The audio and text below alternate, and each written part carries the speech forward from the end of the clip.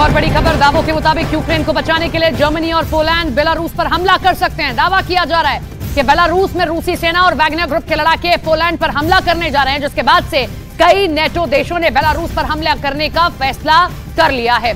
Germany और Poland NATO की तरफ हमला करने वाले देश होंगे। इधर दूसरी तरफ 500 से ज्यादा दिन की जंग के बाद यूक्रेन बुरी तरह से अब थक चुका है, हार चुका है और अब हालात ये हो गए हैं कि खुद नेटो रूस के खिलाफ युद्ध करने जा रहा है। दावा किया जा रहा है कि नेटो ने हजारों सैनिकों को यूक्रेन भेजना शुरू भी कर दिया है। वहीं दूसरी तरफ रूस के एक नेता ने दावा किया कि पुतिन की फौज नेटो के सभी 31 देशों से एक साथ युद्ध करने को पूरी तरह से तैयार है।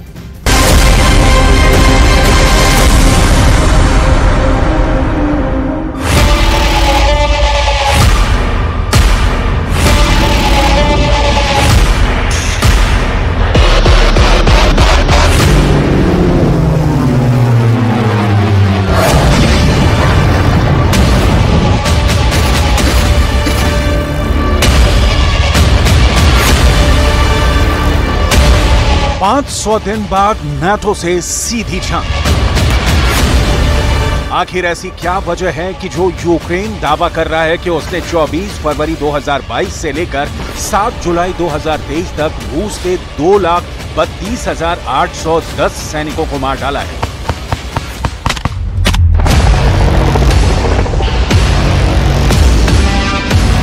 उस यूक्रेन को बचाने के लिए अब नाटो को रूस से सीधी जंग करनी पड़ रही है। आखिर नाटो देश लिथुआनिया की राजधानी विल्नियस में नाटो ने युद्ध के लिए कमांड सेंटर क्यों बना डाला है?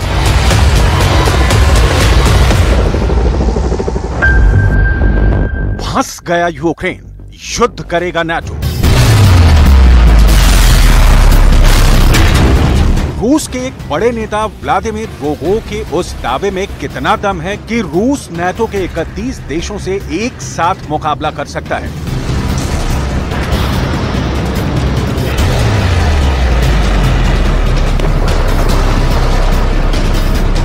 क्या वाकई में पुतिन ने रूस के 7 लाख सैनिकों को नाटो के खिलाफ युद्ध करने के लिए तैयार कर दिया है?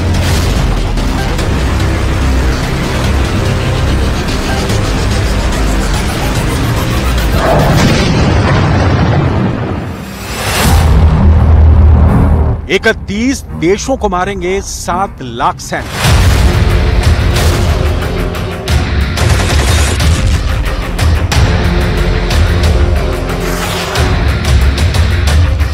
सत्रह महीने की भीषण जंग के बाद यूक्रेन के राष्ट्रपति ज़ेलेंस्की पूरी तरह से बौखला गए हैं। हालात ये हो गए हैं कि ज़ेलेंस्की अब खुलकर नाटो पर आरोप लगा रहे हैं कि नाटो बेहद कम और घटिया हथियार यूक्रेन को दे रहा है, जिसकी वजह से यूक्रेन रूस के खिलाफ काउंटर अटैक तेज नहीं कर पा रहा है।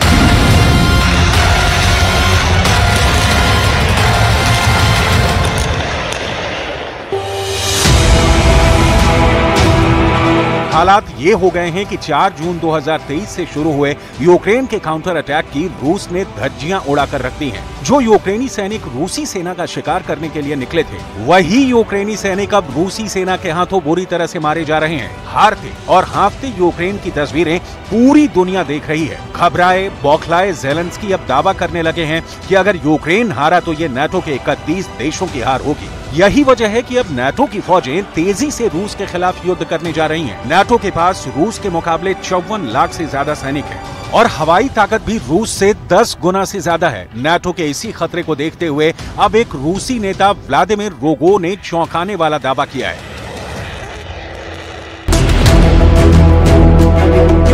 व्लादिमीर रोगोव ने नाटो से युद्ध को लेकर बड़ा दावा किया है। व्लादिमीर रोगोव ने कहा है कि ऐसा लगता है कि रूस यूक्रेन में नाटो सेना की संभावित तैनाती की तैयारी कर रहा है। रूस के खिलाफ नाटो के हजारों सैनिक युद्ध करने के लिए तैयार हो चुके हैं। व्लादिमीर रोगोव ने ये भी कहा है कि रूस नाटो के हर कदम पर बारीकी से नजर रख रहा है। रोगोव का कहना है क्योंकि रूस के खिलाफ यूक्रेन का काउंटर अटैक नाकाम हो रहा है, इसीलिए अब नाटो यूक्रेन की जमीन से रूस पर हमला करेगा। रोगोव तो यहाँ तक दावा कर रहे हैं कि नाटो की एक सैन्य टुकड़ी यूक्रेन में तैनात होने जा रही है। व्लादिमीर रोगोव का यहाँ तक दावा है कि नाटो यूक्रेन की ज़पोरिज़िया न्यूक्लियर प्लांट पर रूसी खतरे को बहाना बनाकर रूस पर हमला करने जा रहा है।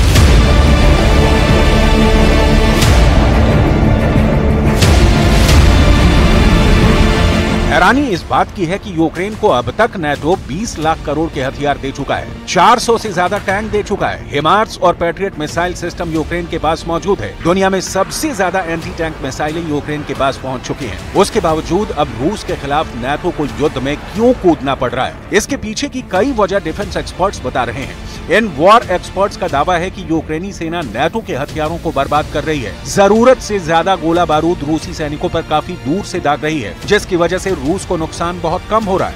जर्मनी, ब्रिटेन और अमेरिका से मिला तोपखाना और टैंक भी यूक्रेनी सैनिक जानबूझकर खराब कर रहे हैं, जिसकी वजह से रूसी सेना लगातार यूक्रेन पर हावी हो रही है और इस जंग का सीधा दबाव अब नेटो की प्रतिष्ठा पर पड़ रहा है। हारते यूक्रेनी सैनिकों की वजह से ही नेटो को 1 जुलाई को चेतावनी देनी पड़ी है कि यूक्रेन को तभी घातक हथियार और F-16 जैसे फाइटर जेट मिलेंगे जब रूस के खिलाफ यूक्रेन अपने काउंटर अटैक से ताकत दिखाएगा। 500 दिन बाद नेटो से सीधी जंग। Ідеально для нас, щоб нас запросили. Яке формулювання потрібно для запрошення? Просто потрібно запрошення. Ми розуміємо, що можуть бути складнощі з тим чи іншим, як то кажуть, орденом, щоб отримати об'єднану підтримку всіх партнерів Альянсу. Хтось ще озирається на Москву, хтось боїться Росії. Хоча я вважаю, що це такий момент, великий такий шанс показати сміливість цього Альянсу і міцність Альянсу. Але тим не менш... अमेरिका, ब्रिटेन का पुतिन को चैलेंज।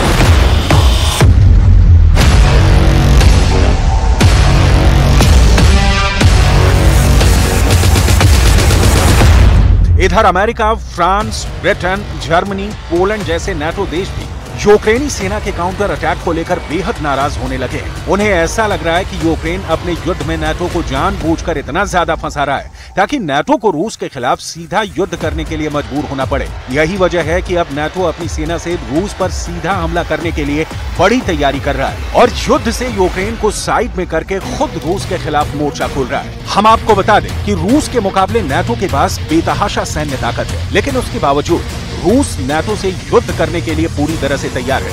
जरा देखिए दोनों की सैन्य ताकत कितनी है।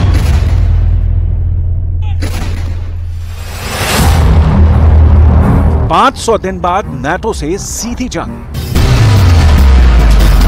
नेटो के पास 20,723 एयरक्राफ्ट हैं, जबकि रूस के पास 4,173 एयरक्राफ्ट हैं। यानी रूस के सामने नेटो देश बहुत ज्यादा ताकतवर हैं।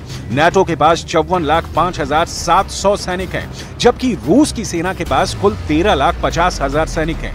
नेटो के पास सक्रिय सैनिकों की संख्या 33,66,000 है, जबकि रूस के पास एक्टिव सोल्जर की तादाद 8,50,000 है। नेटो देशों के पास पैरामिलिट्री यूनिट्स की संख्या 7,38,700 है, जबकि रूस के पास पैरामिलिट्री यूनिट्स की संख्या 2,50,000 है। और कहीं ना कहीं ज़ेलेंस्की इसीलिए नेटो देशों के साथ जुड़ना चाहते हैं ताकि नेटो की ताकत को रूस के खिलाफ इस्तेमाल किया जा सके।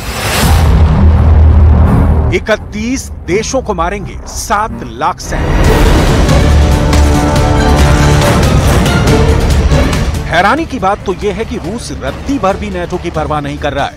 वॉर जोन से आई रिपोर्ट्स के मुताबिक पुतिन के रूस ने 7 लाख सैनिकों को सिर्फ नेटो की सेना पर हमला करने के लिए तैयार रखा हुआ है। हम आपको ये भी बता दें कि जर्मनी के चांसलर ओलाफ स्कोल्स पहले ही कह चुके हैं कि हम नेटो को युद्ध में एक पार्टी नहीं बना सकते हैं, वरना जंग बहुत विनाशकारी होगी।